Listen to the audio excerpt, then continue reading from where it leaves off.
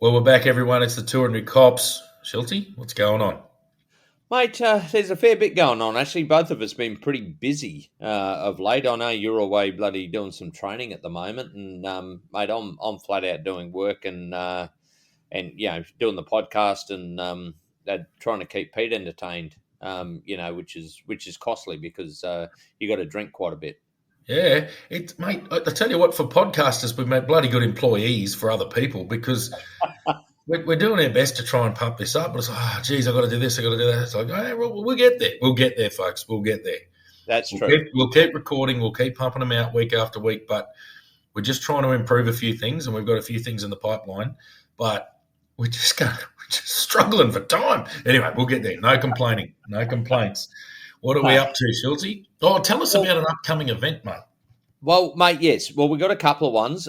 Me stupidly I can't remember whether I was drunk or sober, but it was a good idea at the time. I've decided to do the Bridge to Brisbane, and which is a 10K run, which is basically on the 14th of September. So, mate, it'd be great if you can come up for that. It's on a Sunday, but it's pretty sure I'm getting a perm done that day.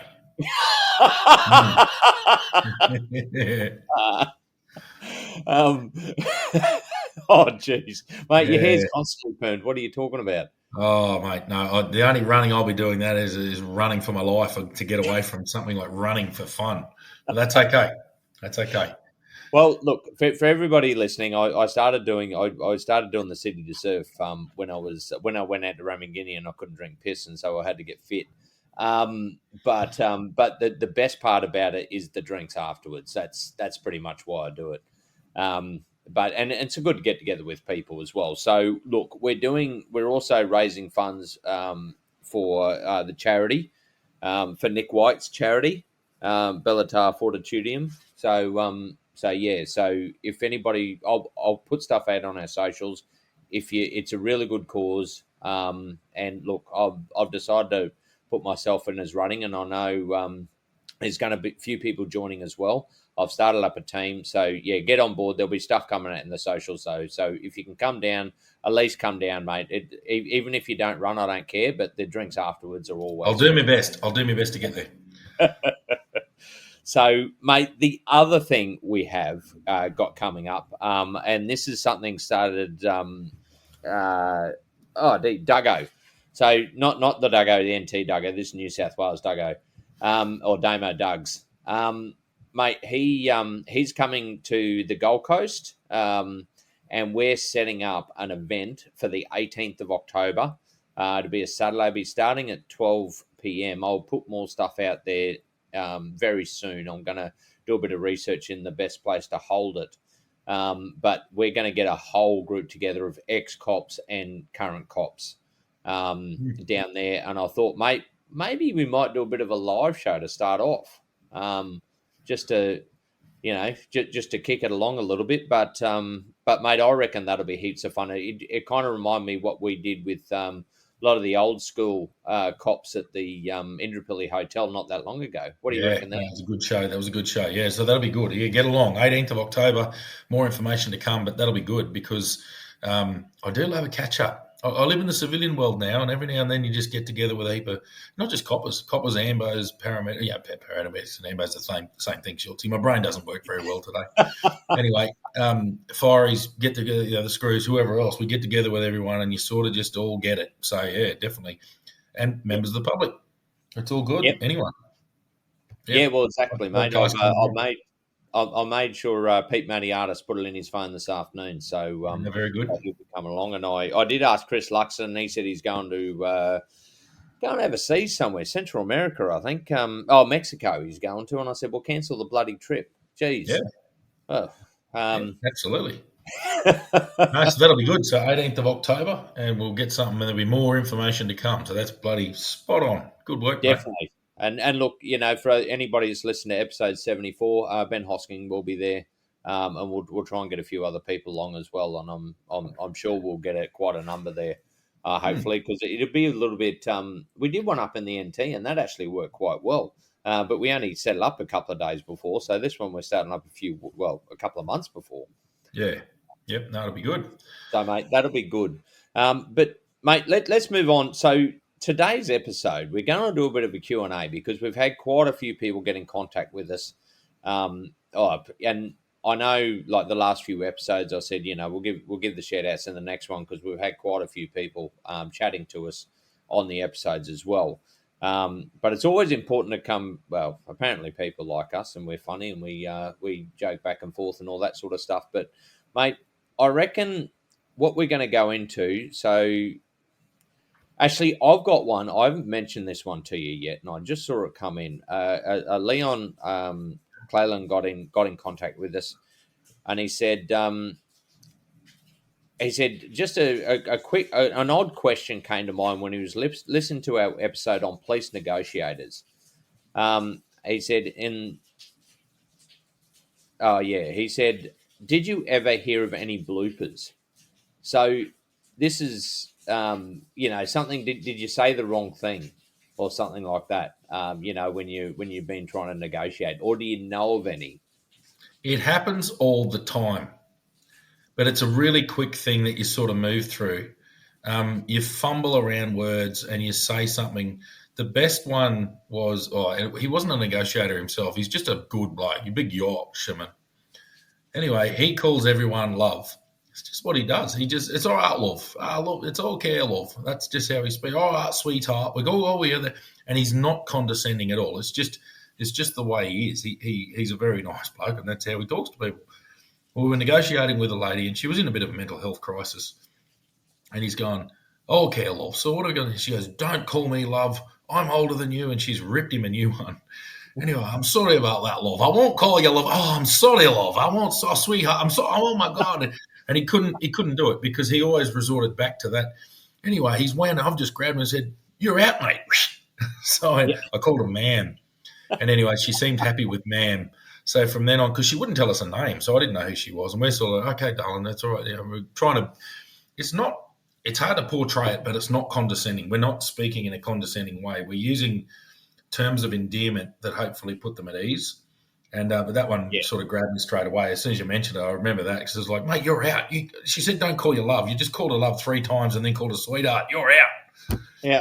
So we basically replaced him, and he's at the back going, I don't know what to say. It's how I talk to people. It's just what I do. It's just the best. So anyway, it wasn't a critical incident. She just had to go back to, it was basically, I happened to be a negotiator and I happened to be the shift sergeant. It wasn't an actual negotiation job. But I just spoke to her for a bit longer and you just empowered her. Like, okay, so obviously the thing is we got this order, you've got to go back to hospital, but I've got no interest in dragging you there. Let's have a chat about this and tell me why you don't want to go with the nurses. It turned out she didn't like the particular mental health nurse who turned up. For some reason, I thought she was a lovely woman, but for some reason this woman had a fix on her and that was the end of it. And anyway, in the end, we talked her down to coming down to the ambulance. She didn't want to really go in an ambulance, so we had a little discussion about that too. In the end, she was happy to sit in the back of the ambulance in the chair and just chat, and the ambulance took her to hospital, and that was the last we heard of it. So it all resolved, but it was just hilarious. And poor bugger. I'll just call the sweetheart. That's what I meant to call, mate. It's so crazy. I'm just being nice to her. No, that was a bit Scottish at the end, but anyway. Mate, actually, just thinking about it, mate, I do have another one, and this is quite a funny one. I won't mention the officer that was with me at the time, but this is basically me. And it was just a simple thing, and we were stopping cars, and he was on one side of the road, I was on the other.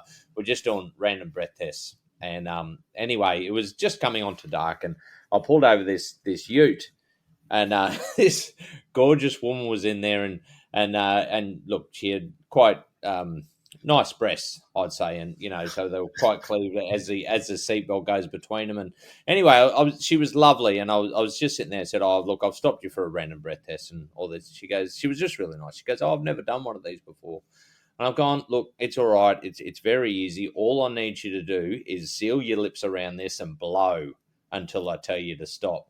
Anyway, apparently the way I said it was because my partner's listening across the road as he's doing this other thing. Dear me, Schultzy. Schultzy, that just sounded so wrong. That was creepy, man. That was real creepy. You get home and go, I'm not sure if he was being that professional. Oh, dear.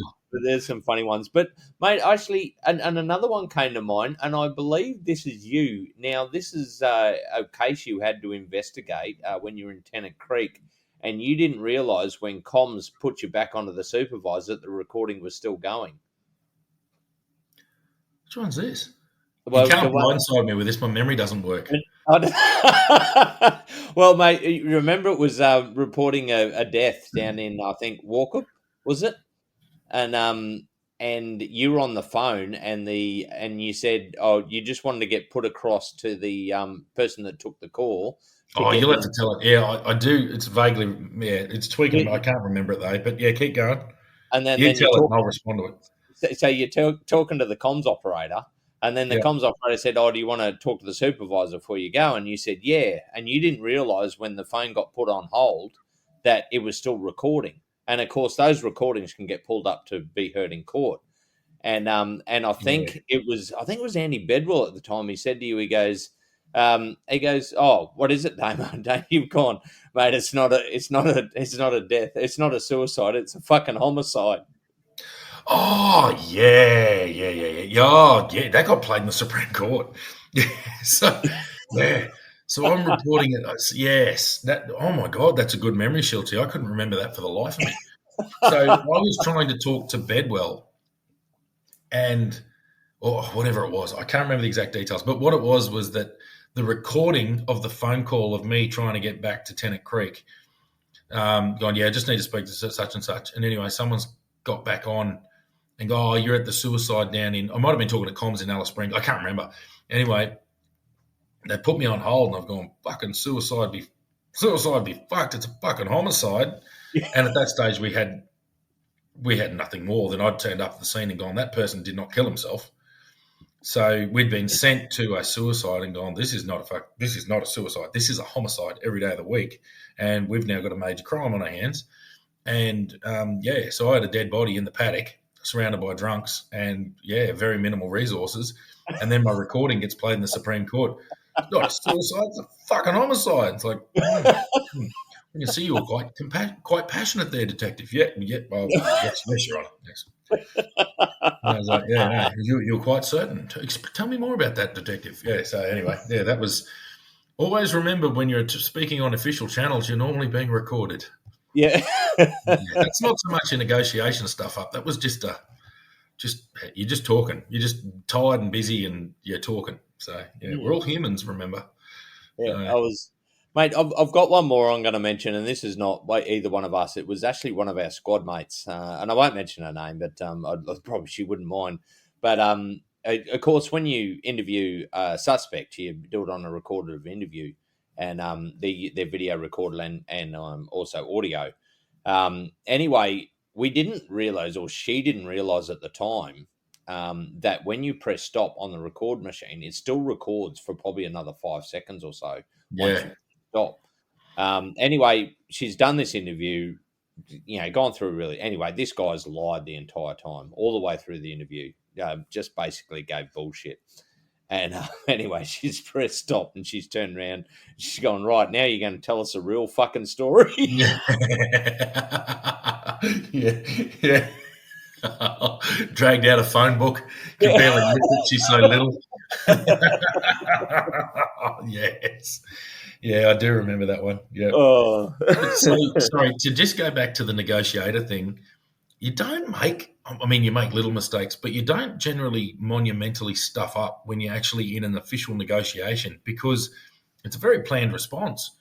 So the negotiating words that you're using, we run by the seat of our pants, but only to a point. So you've kind of got a plan in place and you've got a little bit of an idea of what you're doing. And you've got a seconder generally. If you've generally got a negotiation team, and in the downtime when you're not talking to the subject, you actually are making notes and putting a plan in place to actually hooks and triggers, like I said in that episode. So you're acutely aware of writing down what the triggers are and you avoid them like the plague. So you really stay away from the triggers. So when it comes to just throwing your foot directly in your mouth, it doesn't happen that much in an official negotiation. Where it happens is just the general day-to-day intercourse of police work, mate. So that's where funny shit gets said without people realising it, and it's just bloody entertaining. Oh, Well, Yeah, I mean, there is some funny stuff, and I've said, where Duggo said, "Well, you taser and I'll catch the baby," in those high risk situations. That it's when I actually first read this message, um, mate, I've looked at it and I'm going, "Oh shit, I can't think of anything. I can't think of yeah, anything that's funny," where you've said it. But it's like those things. As soon as you start talking about it, the memories start coming flooding yeah. A back. few kick in. Yeah, yep. But mate, if you can't remember any more at the moment, I'm sure we'll probably come up with some later on. But Mm. mate, we also got in contact from a Vegas White, and he said love the podcast, and he's having a think about joining the NT Police. Which we encourage as much as we can. Mm. Um, he said it'd be great to hear about auxiliary police, Yeah, as they're always mentioned in passing. So, Mm. mate, do you want to kick off with yeah, that one? yeah. So in the Northern Territory, there's another tier of policing called police auxiliaries, and they sort of fill a gap um, of jobs that aren't direct enforcement but are directly operational roles within policing. So think communications, front counter staff. A lot of your front counter staff are police auxiliaries in the major centres. Watch house. Did I mention watch house? Yeah, watch No, house staff. watch house. Yep. No, so watch house staff. They also Property office. property office. So all of that back of house stuff that really needs a police. It needs an authority to it. So you've got to have a level of authority, but you don't necessarily need someone there trained to the extent and at the expense of what a constable would be. So they kind of came about in the early 90s where they said we need more police for this back of house stuff. And at the time there was a bit of resistance amongst the older police. So people used to join policing and stay there for 30, 40 years. And if you had a bloke who wasn't, he was happy to stay as a senior constable. He might have done 15, 20 years front line. He wants to stay in the police, but his job might drop back to be he'll work the watch house or he'll work the property office or he'll work this or that, front counter. Happy to just to do those less front of house jobs. So that real, that non operational kind of work. So that's what police auxiliaries do. So that role got expanded a fair bit in the late 2010s when they expanded and made permanent the point of sale intervention. So for anyone who's been to the Northern Territory in the regional areas, you've got police officers on your bottle shops in Catherine, Tennant Creek, and Alice Springs. So that used to be manned by people a lot of the time on overtime who were constables. They're standing out the front of a bottle shop, basically checking ID and asking people where they're going to be consuming their liquor and all the rest of it. So the reason that got brought in is because alcohol was identified as a contributing factor in so much crime that they realised that worked. I hated it, absolutely hated it. But anyway, they brought it in, and they then later on brought in these parleys, which is a police auxiliary liquor inspector, and their job was to do that role. So that was their permanent job. It was a good entry level for people who might have been a little bit younger or a little bit might have not quite cut it yet for constable. It was a good way to be in the police force and doing an enforcement role and getting that experience. And a lot of them then stepped up and became police officers. They joined recruit squads down the track, but they started out as parleys or auxiliaries. Firearms, all that sort of stuff, all the back of house. So we had a defensive tactics instructor who was a police auxiliary, and she was excellent. So it's that specialised around the edges sort of roles that free constables up to be on the road doing law enforcement work. So that's what the police auxiliaries do, and that's what they are. So what do you got, mate? Well, mate, look, I'm actually going to do a shout out to Heidi Marshall. She was an Oh auxiliary. yeah. Back when when we first went to Catherine, and Well, no, she was admin back then. She joined the auxiliaries later on. Yeah. that's right. Yeah. Yeah. So, and look, I think she worked in the property office quite a bit. She was on front counter quite a bit, and I think it was about 2 years in. I'd just finished. I was just off probation. It was like a couple of weeks just off probation. So, I'd become a fully fledged cop to say, and I because I was the most senior person on the shift on one night shift, I had to be the sergeant. So I had to run the crew and all that sort of stuff. And of course, shit hit the fan because it just always seems to happen around me anyway. I think quite a few of us were ship magnets, but Oh yeah, I had her on the front counter, and mate, I can tell you, it wouldn't have gone nowhere near as smoothly if it wasn't for her. She was fantastic. We had quite a few incidents. We had a couple of people that had just died recently in a car crash as I was taking it. Well, they just died as I was taking over the shift. The problem is they were parents of a sergeant in Darwin, and the media, of course, were already going on it and all that sort of thing. And she took care of that side of it for me, so I could concentrate on the road. So she was instrumental in basically making that night a success. So, and I've got to thank her a lot. She did an awesome job. Just helped me out doing all that stuff behind the scenes, so I could concentrate on 'cause, I mean, I had no experience in being a sergeant at that stage. So, apart from being out bush, not running 10 people, in a whole station like Catherine, which can be pretty daunting at times. So yeah, mate, massive shout out to her. mate. It's funny you say how they can really, really help you out. And I was a budding sergeant, so I'd just been promoted, headed into Darwin City, and I'd never worked in a big watch house. Like we're at Alice Springs is a pretty big watch house, but Darwin's massive. And anyway, I'm now the shift supervisor, so I'm supposed to be all across it. And I knew how to run a watch house, but this place is huge, and I didn't know the detailed workings of how they actually operate. And they had a lot of staff down there. And anyway, I just started out, and there was a bloke, an old fella in there, fit as a mallee bull. I won't mention his name because I haven't spoken to him about this, but I know he listens to the podcast, and I just had a huge amount of time for him. He was a 30-something year veteran of the Navy. He'd retired as, I think, a chief petty officer in the Royal Australian Navy. And in his retirement years, he decided to come and join as a police auxiliary in the Northern Territory. And he was quite often the most senior police auxiliary in the watch house in Darwin. And he was your right-hand man. He was always across it. You couldn't upset him. There was nothing in that building that could possibly put him out of joint. And he just made your life as the person responsible for that, but not necessarily focusing on that. He made it so good. Obviously, there's a custody sergeant, but they're busy doing other things too. I'd walk down as the shift sergeant because I'd have inquiries. I'd have things I'd need to do down there.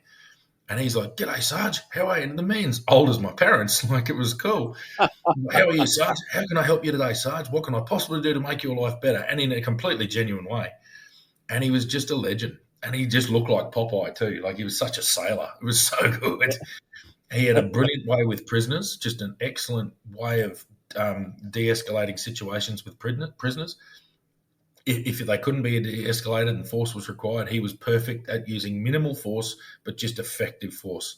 He was just excellent. And if it was like, bloody hell, if everyone was like you, mate, these would be a smooth operation around here. So yeah, people sort of go, "Oh yeah, the police auxiliaries just, what are they doing?" Blah, blah, blah. It's like, no, they've got a job to do. The job is not policing. It's not the front line out on the road policing. They've got a job back of house, and there were so many that did it so well, and they were so committed, and they were really supportive of the front line. They knew what they were doing. They knew what their role was, and they knew what their role wasn't. And it was just brilliant. And yeah, I just remember him. I nearly said his name then, but I remember him. He was excellent. He was just a good dude and could tell jokes. Oh, yeah, good fun to be around. Just a good man in his 60s. Working in the watch house, fit as a mallee bull, would outrun me. Talk about doing the city to surf. He'd do that, no worries. Not me, brother. But it's something you mentioned there, and I think they're taken for granted quite a bit because even the court cells and all that, they looked after the prisoners going in, getting transferred down, the making sure the paperwork goes to the right people. Prosecutions, there's a lot behind the scenes that happens in the police, and they don't get recognised enough. Mate, I don't think we mentioned all the comms operators. No, well, yes, well, that's exactly right. So when you ring 000 and you get put through to police, you generally get either a civilian call taker, sometimes you'll get them, but all the radio dispatchers especially, they're all police auxiliaries, and they listen on the other end and hear horror stories. They hear horrible stuff coming over that radio. They hear us talking to each other. They hear us reporting back death. they hear emotion in the background when we're trying to give situation reports over the radio. They can hear all the screaming in the background. So they hear all that. The other thing is they get to know you without seeing you. And I've spoken to a couple of people, having a bit of a laugh with them, down the track, and they're going, "Oh, you're in Alice Springs. I remember you. You were 451, all this sort of stuff." And you'd be on the beach having a laugh with them and go, "Oh, yeah, no, and this guy here, he's so great. We looked his face up because he's our comms boyfriend," all this sort of stuff. It's bloody hilarious. And it's not just girls, there's blokes on there as well.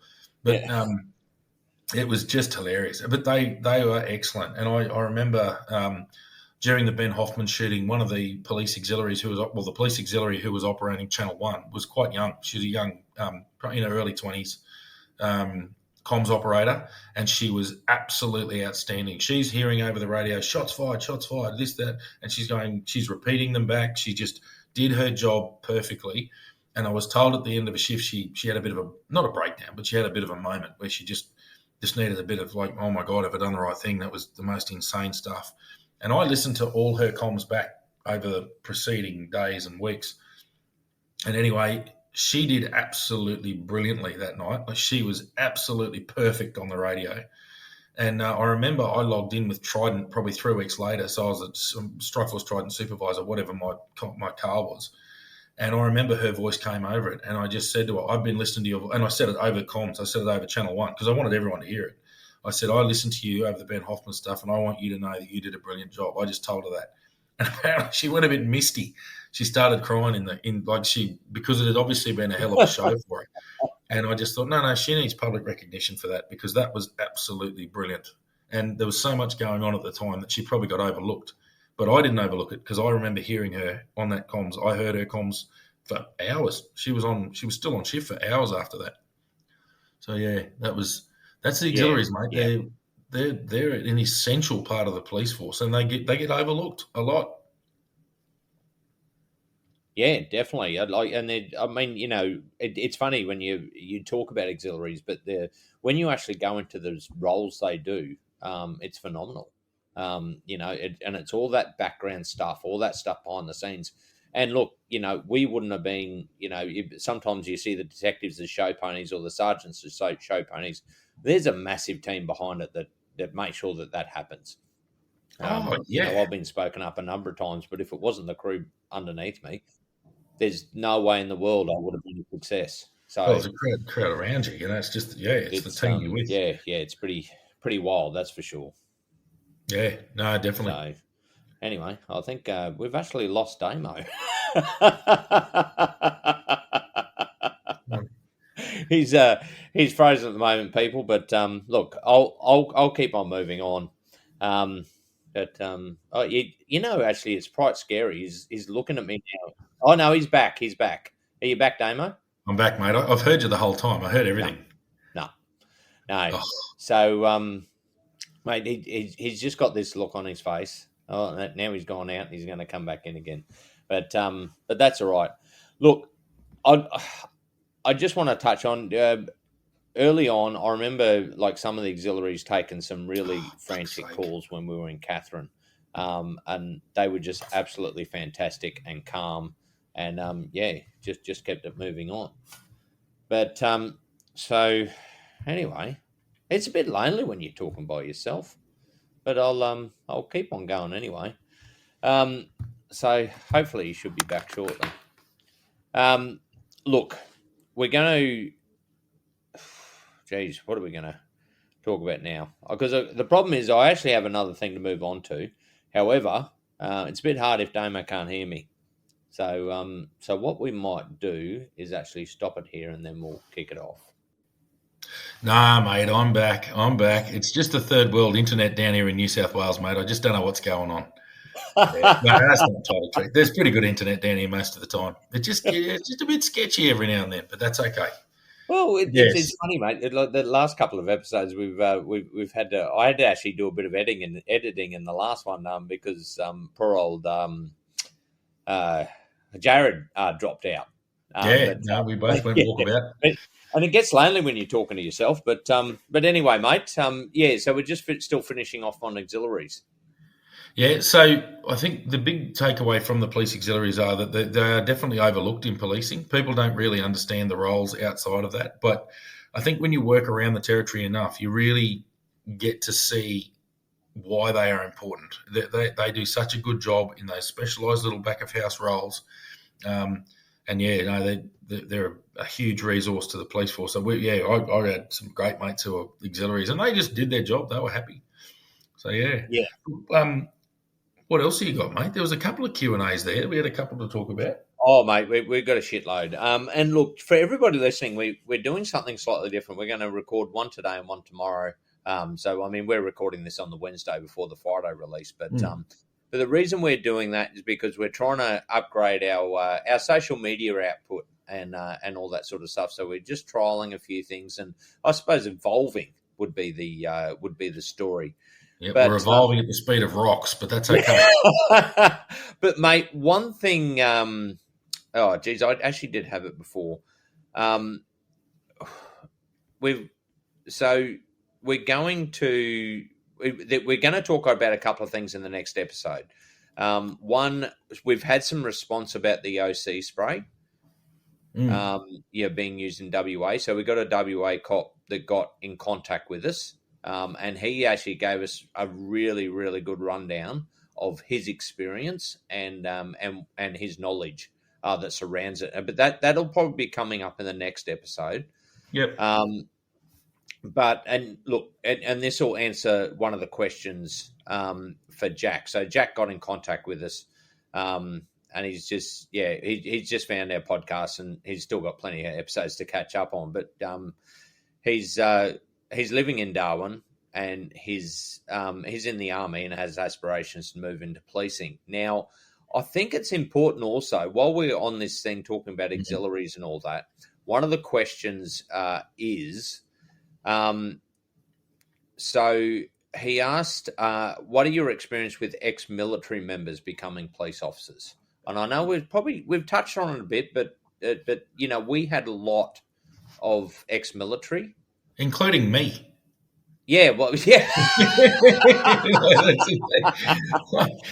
Hey, look, actually, before you go on, Damo, I'm just going to add in there. The fact is, one of the things was drill that we used to do in the mornings when we were in the college. And so what we would have is a drill sergeant pretty much out the front doing the calls. And I remember you won every single time of actually listening to the calls and do it correctly. Because, mate, at Duntroon, that shit costs you if you stuff it up. So I think I'd have it smashed into my skull back in the day, a long time ago now. 23 years ago I started at Duntroon, old people. But anyway, the beauty, we had quite a few ex-defence members in our squad, and I work with heaps of ex-defence, and this actually plays over nicely into the next one too, because I know you've got a lot of questions or sort of comments about what we spoke about, talking the outcome of the coronial inquest, so the findings. Yeah. And we want to go into more detail. We need the time to go through and especially read the recommendations and break it down a bit. So that's going to take time, and this is not the only thing we do. We're busy as well. Yeah. So we're going to do that, but we need to do it justice. We need to know what we're talking about. So that aside, one of the big points that's touched on in there is, and I think it's disgusting, is that they're saying maybe ex-defence members aren't necessarily suitable for policing, or they have to show that they've transitioned away. And it's like, so hang on, people who've served our country are now trying to serve the community, and they're saying that they're too proactive and all this sort of thing. It's like some of the best coppers I ever worked with were ex-defence. Yeah. Some you wouldn't have known were ex-defence, and they were just brilliant. So the thing is with defence, what defence service gives you, it gives you a sense of duty. It gives you excellent self-discipline. You automatically know how to work as a team. There's lots and lots of extremely positive things that come out of ex-defence members. To me, it's like they're saying, especially ex-servicemen who've served overseas and may have post-traumatic stress disorder or have some kind of mental health condition, that we're not talking about some poor bugger who needs to go to hospital and be medicated all the time. We're just talking about people who might have been in very heightened situations and now they're police. My experience was that they were quite often the calmest under pressure. They were excellent. there were also times where you couldn't pick who they were because they were working with people who'd never served in the Defence Force, who'd just been coppers for a while and were also excellent under pressure and were very calm and very measured. So, I mean, without going into a full diatribe, some of the absolute best cops I work with were ex-defence. One of the poor buggers, and I'm certainly not going to mention his name, but a lot of people will know who he is when I start talking about it. There was one general duties police officer who I worked with. He was junior to me and younger than me. He would have been, without peer, the best road general duties constable I've ever seen in my life. He was super calm but confident and assertive. He played along with the crowd. He could quote legislation like he was reading it off his phone, but he wasn't. It was in his brain. He knew exactly how to apply that legislation practically. But he also knew the big thing was he knew how to play along with the crowd. He could keep people happy. He was brilliant in city safe, but he was brilliant in general duties. He'd served with 3 RAR. He'd deployed overseas. He'd been to Afghanistan. And he was going through a bit of a marriage breakup at the time, and he ended up suffering terribly from alcohol dependency. So way beyond what we talk about. I know we joke about it a bit, but look, alcohol dependency is an issue. We're not promoting being an alcoholic, but we do promote, having a social drink and all that sort of thing. This poor bugger, when he wasn't at work, he was drunk towards the end of his career. He actually was dismissed from the police force because of his alcoholism and some of the conduct while he was under the influence, which was tragic. It was a tragedy for him, and it was a tragedy for his family. But I think a lot of it had to do with pent-up issues over the years. But when he was on duty and he was absolutely brilliant. And he could preempt situations where force was going to be needed, and he'd act at the time where I'm going, righto, we need to do some, bang, he had him. And he had the person wrapped up and he had them sorted out. He was just perfect to work with.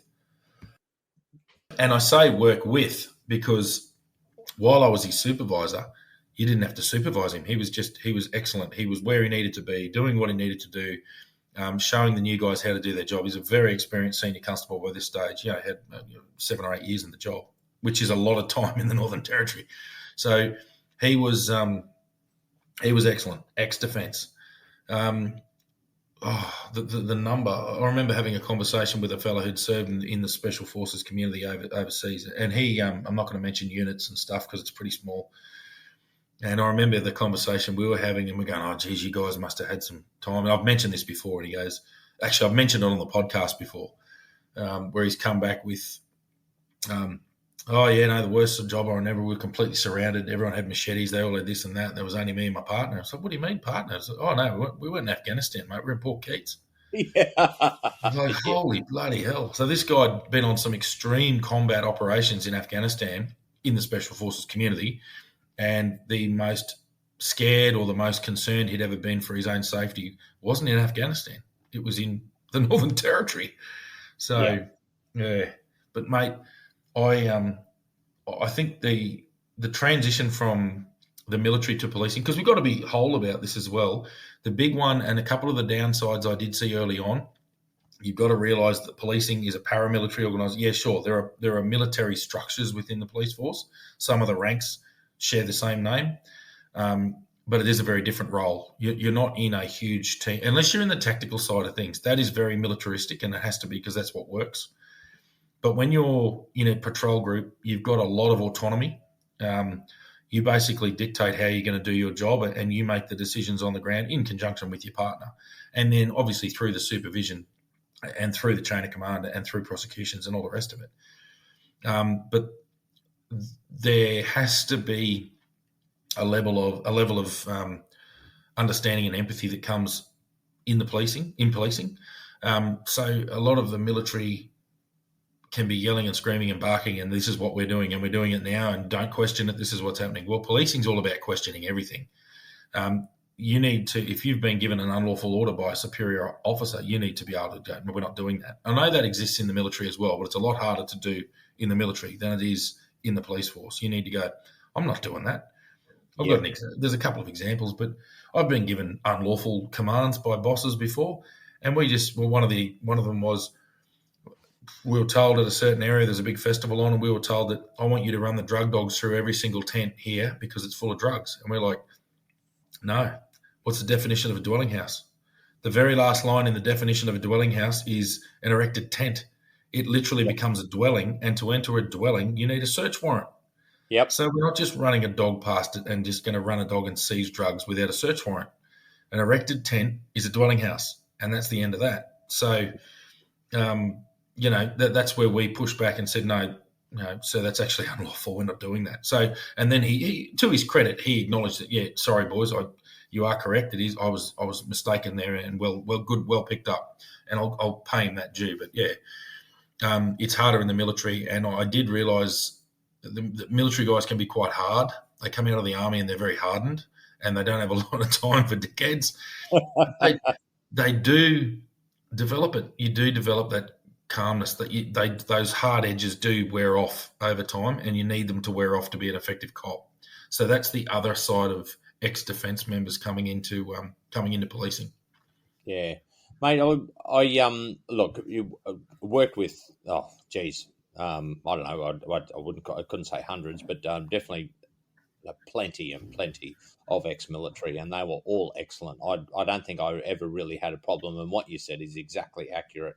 One thing I will say, when I was out at Ramangini, this is a bit of a story, but a member out there, or not a member, but just a resident out there had actually found an ex-World War II, it was called a marine fire marker, which it was explosive. It used to be used back in World War II to actually drop in the ocean, and it used to fire up to line up planes to come in and do bombing and all that sort of thing. If you know the territory, everybody thinks about the bombing of Darwin, but there was quite a lot around the territory that was going on. And Milingimbi, still, like the island that I looked after, still has a lot of military, they had their own station there, they had bunkers and all that sort of stuff. Anyway, he came across this, and I got the opportunity to work with some military because they had to come in and actually blow this up for safety. And it was just good the way we worked together, and we actually did a thing where ABC came out and filmed it and recorded it and all that, and it was to do with working, interagency and all that sort of stuff. It was a good promotion for the Defence Force and the police, how we worked to actually resolve this situation. It was a lot of fun too, mind you. I took them fishing because that's what you do when you're out there. Yeah. But just having a conversation with them, and the guy said to me, and I said, "Oh, look, I might hat off to you guys for what you do and all that sort of thing." And he said, "Look," he said, "to be honest, being the army's pretty easy. We get given an order, we have to shoot that person." He said, "You guys have to figure it out within seconds of how you're going to react to this without having any orders." Yeah. And Out the front of a coffee and I shop. yeah, Yeah. yeah, that's right. Yeah. They were excellent to just sit down and yarn with, and like we've said plenty of times before, you have an understanding. I mean, it's a similar role in sense, but the authority is slightly different. We've got to probably think a little bit more on our feet. Not saying that defence don't. It's just that they have a different order structure. Yeah, and look, it's a bit of an oversimplification, and that would have been him downplaying his own role to you to say, to show his appreciation. But I mean, the Defence Force certainly do have to think for themselves as well. But it is a very different role, but there are similarities in certain respects. But yeah, what I love about that would have been combat engineers from the 1st Combat Engineer Regiment out of Darwin. They would have come out there and they would have brought 50 times as much explosives as they needed to do the job. Because who doesn't like to see things go boom? Oh, and I tell you what, mate, it's a lot of fucking fun, I can tell you. Oh, yeah. We had to, and look, talking about this, when we actually exploded that device, we had to close down airspace, when we blew it up. And, it was a fantastic experience just watching them work. They were just incredible. They knew their role, back to front. Their safety protocols were, top notch. And I learned a lot just from how they went about their role. and did their job. Mm. It was just one of the experiences I got of being OSC of a police station. Yeah. It was, I consider myself very fortunate to have learnt what they had to teach, and Yeah. and they were really good. And look, and kudos to them as well. They came out and spoke to the students at the school, and gave them a rundown of what was happening, and if they found these sort of devices, what they had to do, and it was using it as an education, to the kids, and also, I mean, that's why we got the media out there. The only thing I will say to our media unit at the time, because they organised all this, I then spent the next couple of days on the phone with basically Channel 9, Channel 7, every other media outlet you could think of, because they were quite pissed off we only got ABC to come out and do the coverage. Yeah. So I've got no say over this, for God's sake. Yeah. Actually, funny, mate, just a very funny story I heard a very long time ago when I was in the Army. Actually, there was an old warrant officer, a warrant officer class 2, which is that's a high-ranking senior enlisted member of the Defence Force, and he was an ex-engineer. Oh, he was an engineer. That was his core, but he was done for an instructor, and he said that he enjoyed one time on an exercise that a young budding engineer captain had come out and done all the calculations of the exact amount of C4 high explosive that was required to detonate in order to bring this particular bridge down that they had to blow in the exercise and all the rest of it. And anyway, when he gave the orders and gave the specific amounts of C4 at what point and all the rest of it, and how it was to be applied and how it was to be detonated and all the rest of it, he walked away and he said, "Righto, boys, that's excellent. Now times it by 3 and just get the job done." So they had all these exact measurements of what explosive were required, and they just tripled it and blew the absolute snot out of that bridge. So yeah, it was like, get it done, boys. So that was, I did enjoy that. That's a little bit of using the old noodle. Just get it done. We need to blow the bridge up. We don't need to bring it down precisely within its thing. We need to blow the bridge. Blow the fucking bridge. It was good. Yeah. I will add another funny one in there, and this is for anybody that is put in this situation. When I first heard about it, and I thought, because it was, you're so busy and all that sort of thing, I'm going, oh, geez, can't we get rid of this thing a bit easier? And, I was thinking about, we'll just chuck it in the boat and, take it out to sea and drop it in, 1,000 foot of water or something. Yeah. And I don't have to worry about it. However, the problem is salt water is what sets this thing off. So that wouldn't have gone down too well. Oh, that would have been fun, mate. So, that would have been good. So I'm glad I actually got in contact with the Defence Force and got some information on how to actually go about this. So. It would have been, what happened to Schultzy? Don't want to talk about it. But I think that, look, mate, that'll finish it for this first episode this week. And I believe you've got about a carton, something about yeah. So we need to hear some stuff ups. We want you to sing out to us, because we'll decide whether a carton should be awarded or not, and I'm pretty confident most times they will be. But we have to throw ourselves on the sword as well. I got contacted by a former colleague, mate of ours from up in the Territory, still serving, and he's gone, boys, I know you're talking about carton, good work. It's good to get it out in the domain because it was funny, and it'd be nice to bring it back, a little bit more. But he's gone, I just think that maybe you two should think about dishing one out to yourselves, because under the Old Mates Act, which was a bit of a funny thing written up, bit of legislation written up by the coppers many, many years ago, the sitting judges in the kangaroo court that decides who gets a carton or not have to be senior sergeants. And you blokes weren't senior sergeants. I corrected him and said, well, mate, I was an acting senior sergeant when I left, but I also understand that the allegation sits and therefore we'll both pay a carton. So, we're buying beer, but that's okay. Well, nothing changes. It goes with the long list of cartons we're paid. And look, for everybody listening, on the 18th of October, we will put that money on the bar. Yep. For people to have a drink. So if you want to come down and get some free beers, and we're gonna, anybody that comes along that owes a carton, they'll be putting money on the bar as well. So, well, the thing is that those, like, it used to be, the running thing was about $50 over the bar was considered a carton. So if you put $50 on the bar, they go, yeah, that's a carton. That was circa 2010, 2011. Inflation's kicked us in the arse now. It's a bit more than that these days. But it doesn't matter. At least chuck 50 on the bar. We'll have 3 beers and then someone else can shout. So it's all good. Right, except in the territory. What last time we were at the which place were we Gateway. going? Palmerston, yeah. And mate, we could get. So it was funny. We walked in there, and I've sat there and gone, well, how's the cheapest way to drink 4X Gold? I said by the jug, and he said actually by the pint. So I think a schooner was $7.50, but a pint was $6.50. Yeah. So, Yeah. so There was some deal on.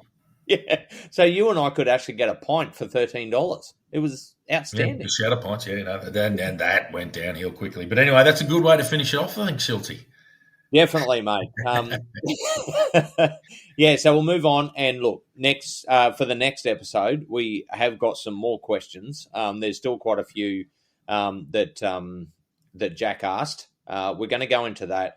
We're also going to go into some of the responses that came in from also the OC spray. How that's going in the NWA and like this COPS experience, and also we've had quite a number in relation responses in relation to the good old coronial. So we're going to go a bit more into that, but we will go further and further into it once we actually read. How much is it? 683 pages.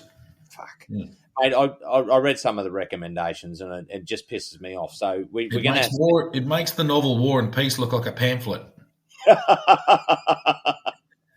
So and look, we've had experience with with a lot of coronials and recommendations and all that sort of thing. So look, we will go further into it, mate. But I reckon that's us, mate. We'll finish off for this week.